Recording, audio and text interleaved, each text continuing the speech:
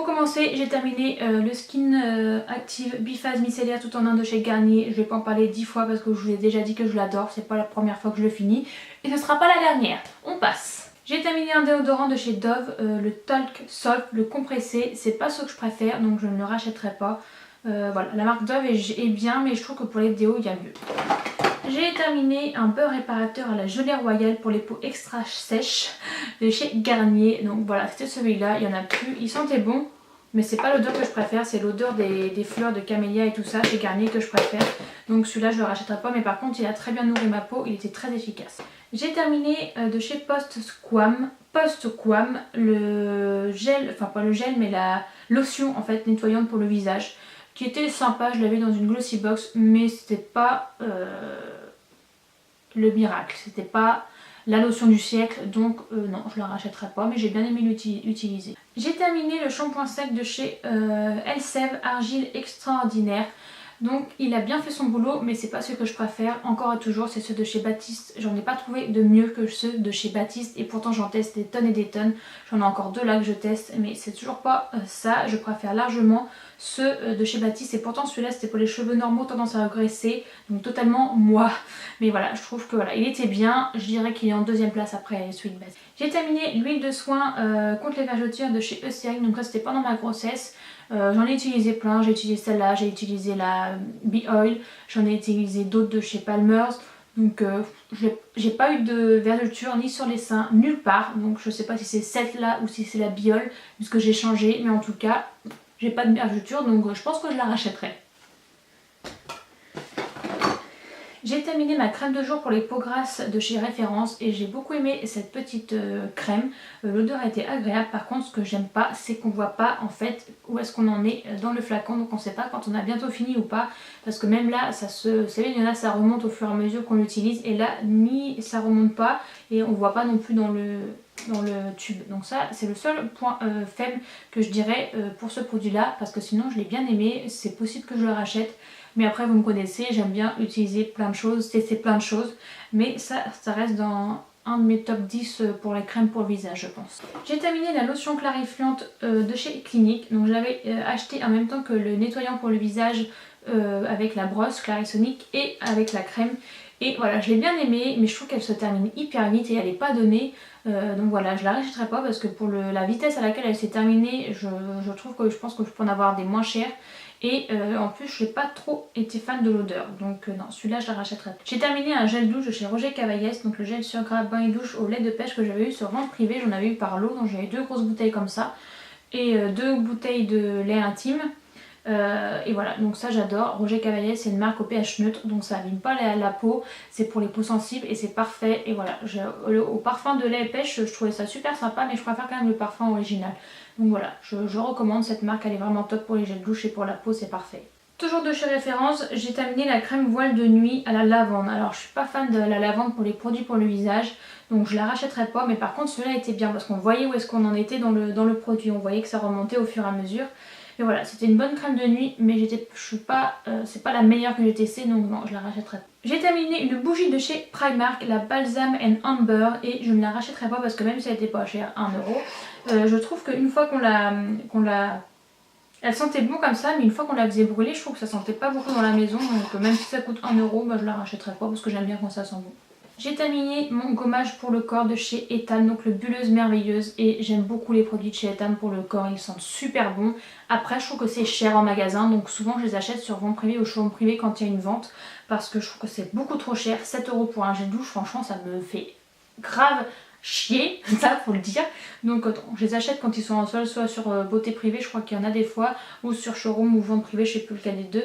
Mais voilà, sinon j'adore leur odeur, donc c'est sûr que je le rachèterai. Et en plus le gommage était assez doux, donc c'était parfait, c'était vraiment le top du top. Donc voilà, je le rachèterai mais toujours en solde. J'ai terminé mon baume pour les lèvres de chez Omega, de chez Daniel Jouvence, pardon. Et voilà, je vous en avais déjà parlé dans la vidéo Daniel Jouvence d'ailleurs, que je vous mettrai alors ici je crois. Voilà, donc l'odeur était bien, il était hyper hydratant, donc je le mettais que le soir parce que sinon c'était beaucoup trop hydratant pour la journée, et puis si je mettais un rouge à lèvres par-dessus ça faisait pas bien. Mais pour le soir il est super, il est vraiment top pour les lèvres desséchées pour l'hiver comme moi. J'ai les lèvres dans un état l'hiver, c'est hallucinant, il était vraiment bien. J'ai terminé une crème pour le visage spécifique visage hydratation de chez Talika, la Photo Hydrate Day.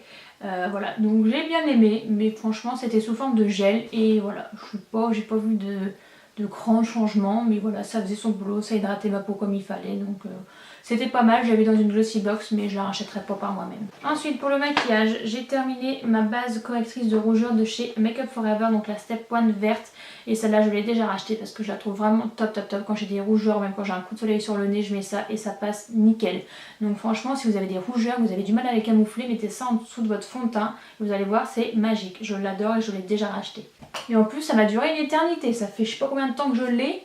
Génial. J'ai terminé, enfin je l'ai pas terminé mais j'en peux plus, le stylo anti-cerne de chez Gauche. Donc cette marque n'est plus commercialisée sur Marionneau, donc je vais passer vite. Mais voilà, c'est un stylo comme un peu le truc lumière là de chez Saint Laurent.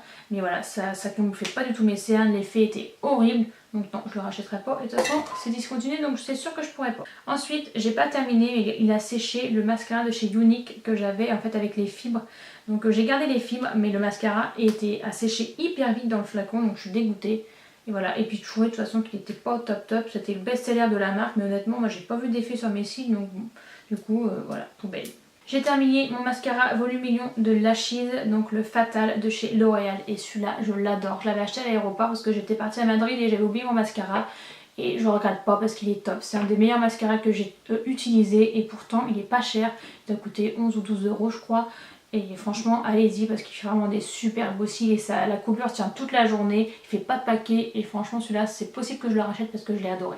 Ensuite j'ai terminé un mascara de chez Yves Rocher que j'ai depuis des lustres. Il n'avait pas séché, mais voilà, c'est le volume élixir. Donc voilà, celui-là j'ai utilisé dans plusieurs de mes tutos si vous voulez aller voir.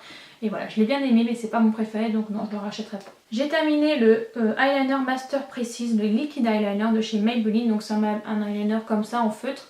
Voilà, je le trouve vraiment très très bien. J'aime beaucoup les eyeliners de chez Maybelline en feutre, et ceux chez L'Oréal sont pas mal non plus parce qu'ils sont assez précis et ils sont hyper faciles à utiliser. Donc pour faire la virgule et tout ça, c'est top. Donc je vous le recommande, je l'ai beaucoup aimé et c'est possible que je le rachète. Je n'ai pas terminé mais c'est sec, donc c'est une ombre soyeuse de chez Marionneau. Donc ça se présentait dans des petits pots comme ça, je crois qu'ils en font parce que j'en ai pas revu la dernière fois que je suis allée. Et voilà, c'était des ombres comme ça mais la mienne est totalement sèche, donc en fait c'est impossible de se maquiller avec. J'ai le petit bout qui est parti et ça c'est juste impossible, en fait c'est tellement sec que ça se dépose plus sur les yeux. Donc je vais peut-être essayer de le mettre avec un petit peu de... un vaporisateur pour le mouiller, peut-être que ça marchera mieux. Et voilà, c'est dommage parce que des fois appliquer seul c'est super joli, c'est hyper...